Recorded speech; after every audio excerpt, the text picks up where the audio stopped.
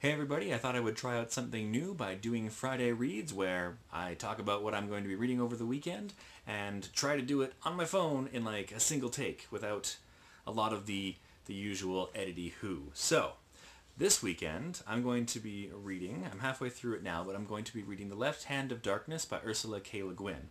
Ursula K. Le Guin passed away about a week ago now, and I was really shocked by the news, but thought that this would be a good opportunity to read some of the fiction I have on my shelf that I hadn't explored of hers before. And so, so far, halfway through, the writing is very good.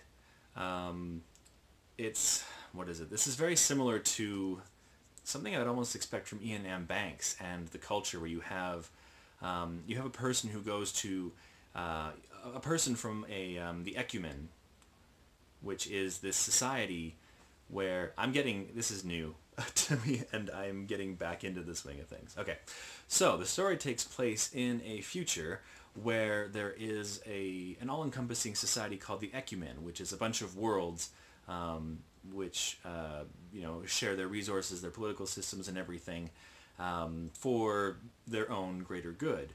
And they invite and welcome other people or other civilizations to come into the fold. And these are all human civilizations, I should add. So one of the things that they do is they send envoys to these worlds to kind of say, hey, this is what we're about, and to sell them on the concept of joining the Ecumen. And this one man goes to the planet of Winter, where there is no gender. Only at certain times in this planet's cycle on Winter do they actually transform into anything resembling male or female gender, and it's always kind of random depending on the timing, and no one ever really knows. So at some point, someone could turn into a male, and at another point they could also turn into a female. It depends on what's happening. It's a very different mating cycle, but it's also a world where there aren't the sort of the sexual problems and confusion that we see nowadays, and especially with things like sexual abuse. It's a world that doesn't have those aspects because it's just not, just gender identity isn't a huge part of these people's way of being at the start. The one thing I like about Ursula K. Le Guin's writing is that it's very, very considered. Her books are a lot shorter than a lot of other novels by other prominent authors. And I find that that's because I get the impression that she writes in a way about things that she's thought about a great deal. And I know that authors do think a lot, and that's why they write down words. But with Ursula K. Le Guin, I get the impression that she had years and years and years of thinking about something before she ever put it down to paper. And just the sentences and the phrasing and everything, it all just feels very, very tightly geared and tightly controlled, so that this novel says exactly what she wanted to say in the time that she wrote it. Another book that I'm also reading, and have been reading for a while, is Oathbringer by Brandon Sanderson. This is the third book in the Stormlight Archive. I've been on this book for about 2.5 months now, and I found it, I'm excited to read more of the Stormlight Archive, and this has been one of my most hyped books. I'm finding that it is hard to get into the first few hundred pages.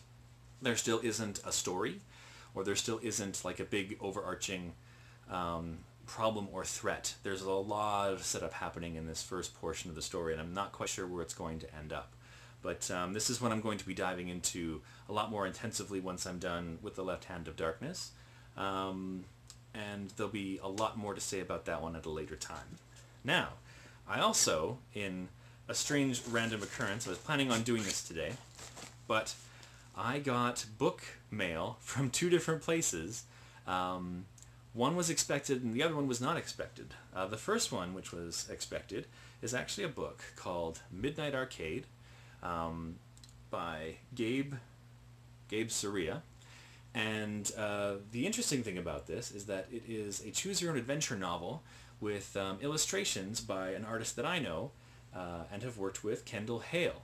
Now, you may know Kendall Hale as the guy who drew the digital version of me. So when you see that puppet version of me with the illustrated thing, Kendall drew that. I had the publisher contact me about this one, and I do get to disclose that I know Kendall. I have worked, quote-unquote, with Kendall, in that I have not received monetary compensation from him, but I've given him money. So I don't know how that works from an ethical standpoint. But it's a choose-your-own-adventure book geared for young children. I'm going to be reading it and giving it a try, and I might talk about it later in a wrap-up or something, so that could be cool. And another piece of mail that I got. This was the unexpected package. This thing showed up, and I was like, what? I was not aware that anything was showing up. And it is copies of With Blood Upon the Sand and A Veil of Spears by Bradley P. Beaulieu. And this is books 2 and 3 in, The Shattered Sands is the name of the series. And the first book is 12 Kings and Sherikai. And the first book is a fantastic fantasy. And I have a copy of this one already, and I was going to read this one, meaning to get around to it. And hearing that book 3 was coming out, I'm obviously very excited for this and love the cover art. I think this cover art is just, actually on both sides, is just astounding. I want to talk about this series in depth one day, but I think this is going to be part of my February reading, and this is going to be my March reading. I'm looking at the wrong part. This is going to be my February reading and my March reading for sure, because this the first book was just a knockout wonder of a book. It's something I think everybody should be reading. Like, you should be reading these books. But yeah, so I got some advanced copies to read. That's kind of cool.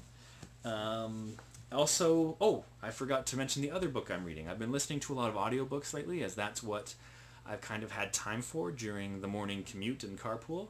And I've been listening to The Curse of Chalion by Lois McMaster Bujold.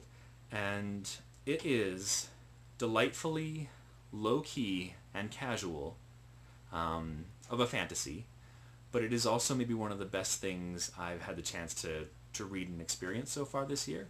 I'm only about a third of the way in, but I'm loving every moment of it. The narrator, whose name I cannot recall at this time, he's very, very good at what he does. And I love that in the audiobook, he doesn't just read the passages and then do like voices for the characters. He actually does the voices in a way that embodies the personality of those characters very, very well. The main character, Kazarel, oh gosh, I can read it, but I've never pronounced it out loud. The main character has, he's very, very quiet and solemn, and you can tell he's wounded and hurt inside from past trauma. And the way that the narrator speaks his voice is astounding. You hear and feel that this character's kind of troubled past and how he has gotten into this place where he's very, very kind of quiet and wounded and hurt and everything. And it's just amazing so far. I'm still getting into the early stages of the story and can't tell you what it's about specifically, but this man, Kazarel, has a... He was formerly a page at this one castle when he was much, much younger, and he has, of course, served. He served there for many years. Due to circumstances, kind of went through like a slave route, was in captivity for a while, became a slave, got out, but doesn't have any, returns as an older man to basically begging for help or a job, saying, "I once served you, can I serve you again?" They welcome him into the house and give him the task of educating one of the young nobility, the daughter of the people there, so that he can teach her. He can teach her and educate her. But then, of course, there are other intrigues and things that pop up. But what I love about the book is that it's almost about nothing.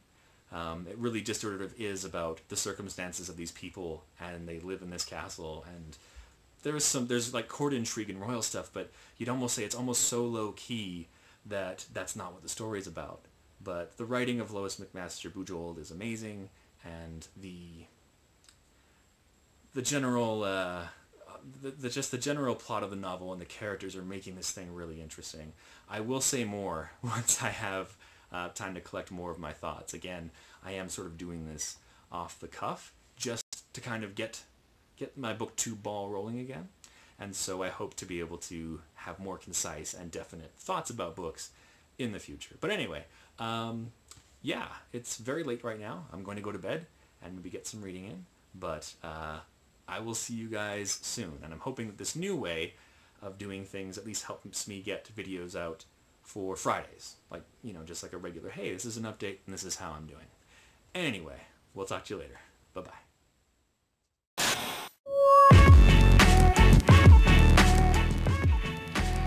Hey everybody, flip dibbity doo doo doo doo doo doo doo. Test test, check check 1 2 ribbity doo. Ribbidoo, bibidoo, badoo.